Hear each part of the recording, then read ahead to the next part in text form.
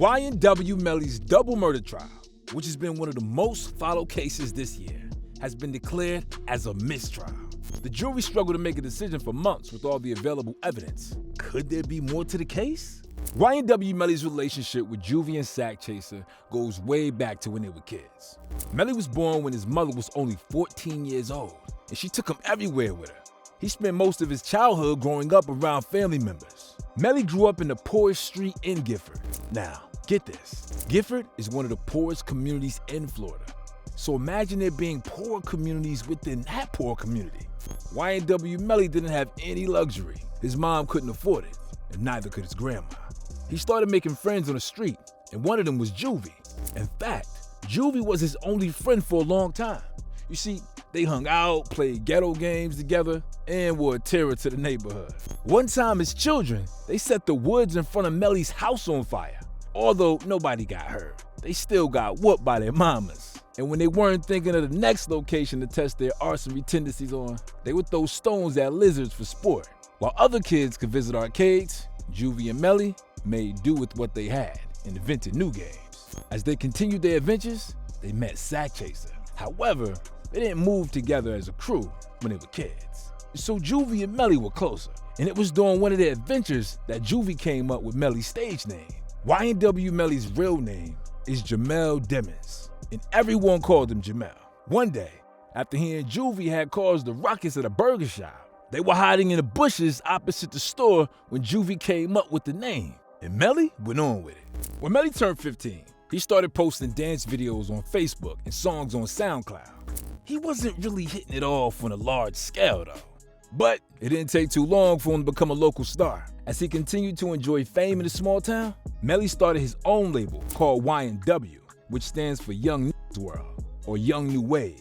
Ever since Melly was a kid, he had always wanted to escape the rat race of growing up in the ghetto. He knew most kids his age in Gifford didn't have a lot of opportunities or access to positive life-changing experiences. So he wanted to give back to people around him. With the small fame he had, he started YNW record label alongside Juvy and Sakchaser, who also had an interest in music.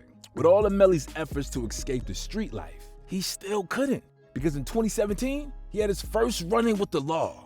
When YNW Melly was in the 4th grade, he stayed with his uncle Ronnie, but only for a little bit. During that time, he saw a gun on his uncle's couch, and he just finished watching Mr. and Mrs. Smith. Just like a child would, Melly took the gun and tried to reenact the scene he had watched. After that day, he ended up carrying that gun with him everywhere. When he was in high school, he got into a fight with a group of guys, and he shot at them. It was the first time Melly would get in trouble with the police, and not the only time. During his time in jail, his mother held the fort on his career outside. She worked with a manager to get his songs out to the world, and it helped boost his career. Melly was eventually released in 2017 on probation, and he released the hit song, Murder on My Mind. The song amassed millions of listeners on Spotify, and it currently has over 1 billion streams. And the song got him in more trouble because of the lyrics, and he was arrested because it violated the rules of his probation. He wasn't supposed to be around guns, but he flashed them in a music video. Melly eventually got released that same year and got a feature from Kanye West. Kanye had heard of his tracks and flew him to Los Angeles to record Mixed Personalities with him. And after its release, Melly's career grew. With his newfound fame, his friends, Juvy and Sakchaser, were able to ride on his success and also further their career. Then, a deal came, and many believe that deal prompted Melly to make certain decisions. Melly was planning to sell the YNW brand for marketing and licensing. He wanted the brand to become bigger than it already was, and he knew that he couldn't achieve that alone with his friends.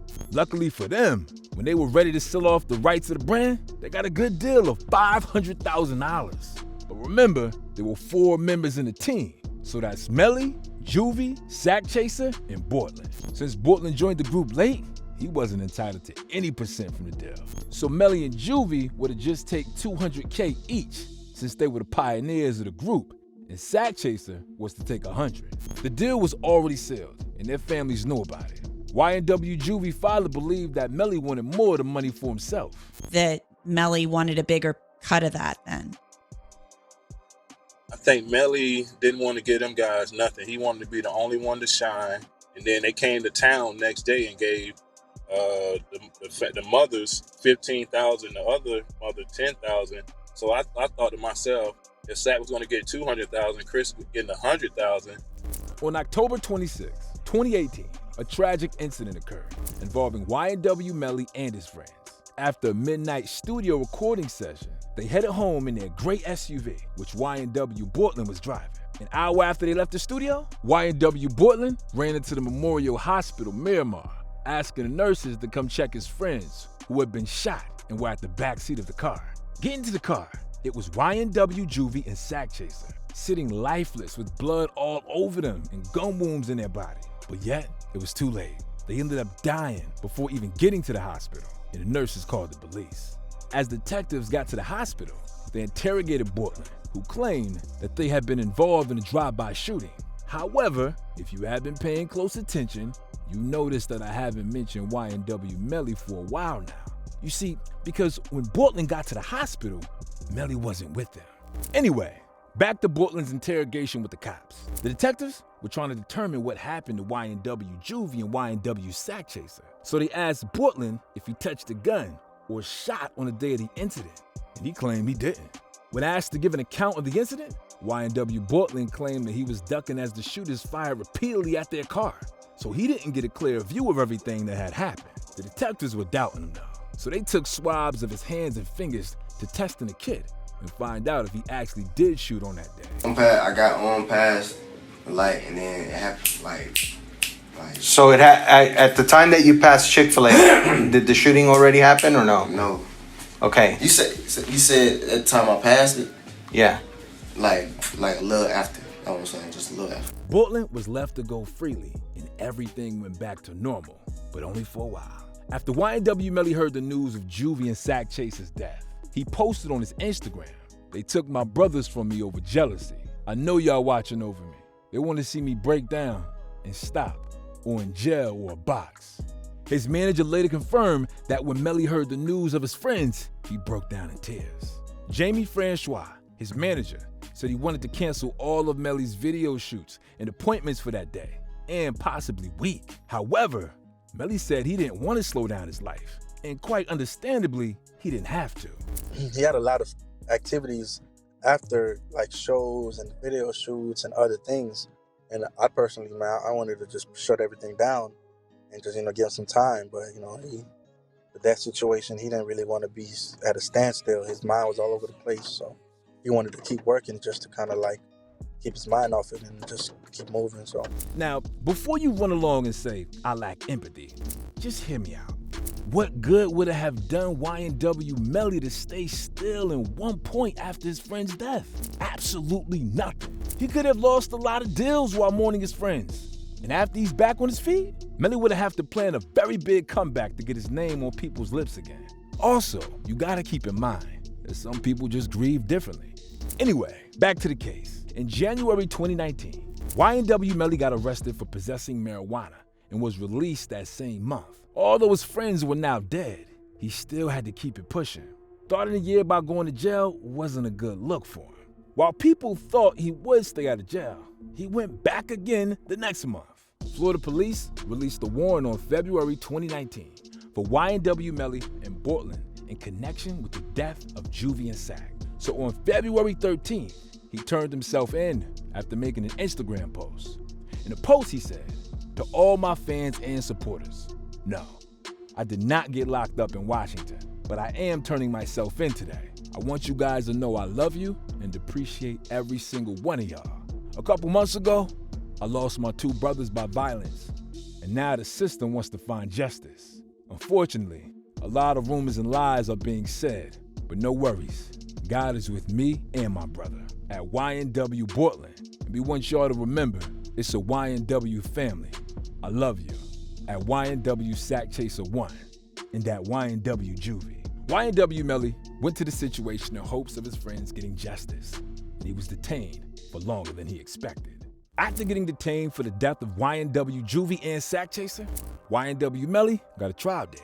YNW Portland also got arrested as a co-conspirator in the crime, and he was placed under house arrest since he didn't have any serious criminal records. On June 12, 2023, YNW Melly's trial started. The prosecution's case against him was that he belonged to a gang, and that was why he killed his friends. The rapper's defense attorney argued that their client didn't belong to a gang, although he threw gang signs. The detective in charge of the case also argued that Bortland lied about the drive-by shooting because the bullets didn't penetrate the car before YNW Juvy and Sakchaser died. Melly also said he wasn't in the car when his friends got shot, but cell phone tracking proved he was at the scene of the crime. All the odds were against him until his best friend testified for him and said that Melly heard about the death of Juvy and Sakchaser the same time every other person did.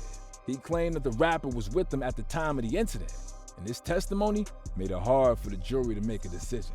The jury told the judge that they wouldn't agree on a unanimous decision. So the judge gave them 3 days to go back, and if they still couldn't make a decision, he would declare a mistrial. Still unable to come to a conclusion, the judge declared a mistrial in the case. It doesn't mean that the rapper has been vindicated, because a retrial date with the new jury was set for October 2nd, 2023. YNW Melly, Juvy, and Sakchaser had such a great childhood friendship that it's almost impossible to think of any justifiable reason for him to kill him. Many critics believe he's responsible for their death, while others think he's innocent and being framed. Whatever the verdict is, we just hope justice is served.